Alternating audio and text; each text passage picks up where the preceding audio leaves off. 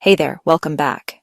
Today we're tackling a super common issue that frustrates a lot of Jeep and Ram owners, that stubborn washer fluid warning light that just won't turn off, even after you've filled the reservoir. You might have noticed it stays on no matter what you do, and it can be confusing and a little worrying. Make sure to watch till the end, because I'll show you exactly how to fix it and what it really costs. Let's break down why this happens and what it really means for your vehicle.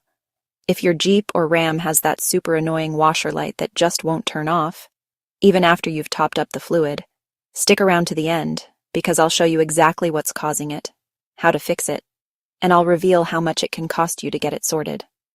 Alright, let's jump in. You might have seen this pop up as a TSB, or Technical Service Bulletin, online, but actually the manufacturer calls this a star service tip. It's basically advice for dealers, not an official recall. But the info is super helpful if you're stuck with this problem. So what's really going on?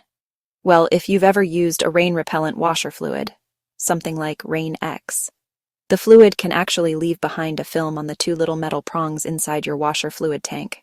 That film tricks your car into thinking it's still empty, so the light stays on, no matter how much you add. Here's a quick DIY checklist that matches what the dealers do. Step 1, run your washer fluid low, then drain whatever's left. Step 2, find the washer level sensor. It's usually mounted on the side or bottom of the reservoir. Pull it out gently. Step 3, clean the two probe tips with some soap and water, or just use isopropyl alcohol. It works great at cutting through that gunk. Rinse it well.